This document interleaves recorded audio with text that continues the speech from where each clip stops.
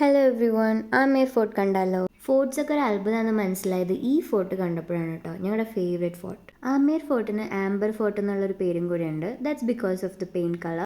ഞങ്ങൾക്ക് ഇവിടെ ഏറ്റവും വലിയൊരു അബദ്ധം പറ്റിയത് ഞങ്ങൾ ഗൈഡ് എടുത്തില്ല എന്നുള്ളതാണ്. ഈ ആമീർ പാലസ് ഭയങ്കര വലുതാണ്, അതുകൊണ്ട് അത് ഒറ്റയ്ക്ക് കവർ ചെയ്യുക without losing path was A difficult task.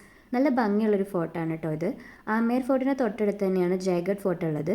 ഇതിൽ ആൾക്കാർ താമസിച്ചിരുന്നു. Jaigarh fort was like A protective structure. ഇത് ദിവാനെ ഖാസാണ്. ഇവിടെ വെച്ചിട്ടാണ് രാജകാര്യങ്ങളൊക്കെ നടന്നിരുന്നത്. അത് റാണിമാർക്ക് കാണാൻ വേണ്ടിയിട്ടുള്ള കുഞ്ഞു കുഞ്ഞു വിൻഡോസും നിങ്ങൾക്ക് ഇതിനെ ചുറ്റിപ്പറ്റി കാണാൻ പറ്റും. ഈ കാണുന്നതാണ് ശീഷ് മെഹൽ. മിറേഴ്സ് വെച്ചിട്ടാട്ടോ അത് ഉണ്ടാക്കിയിരിക്കുന്നത്. ഈ ക്വീൻസിന് എന്ത് കാണാൻ പറ്റും എന്നുള്ളത് നമുക്ക് ഈ വിൻഡോസിൽ കൂടെ നോക്കിയാൽ കാണാൻ പറ്റും കേട്ടോ. അവർക്ക് താഴെ നടക്കുന്ന കാര്യങ്ങളും ആരൊക്കെ വരുന്നു പോകുന്നു എല്ലാം കാണാൻ പറ്റും. Literally they can see everything. ഇവിടെ കുറേ പോർഷൻസ് നമുക്ക് ആക്സസിബിൾ അല്ല. ബാക്കിയുള്ള കുറേ പോർഷൻസിൽ ലൈറ്റും വെളിച്ചവും ഇല്ല. അപ്പോൾ നമുക്ക് വഴി തെറ്റിപ്പോവാൻ ചാൻസ് കൂടുതലാണ്.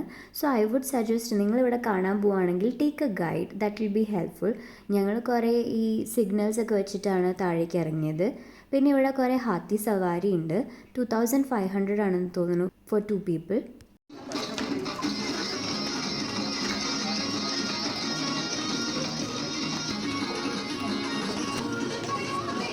ഇതൊരു ഡാർക്ക് ടണലാണ്. ആമേറിൽ നിന്ന് ജയഗഡിലേക്കാണ് നമുക്ക് ഈ ടണൽ വഴി പോകാൻ പറ്റുക.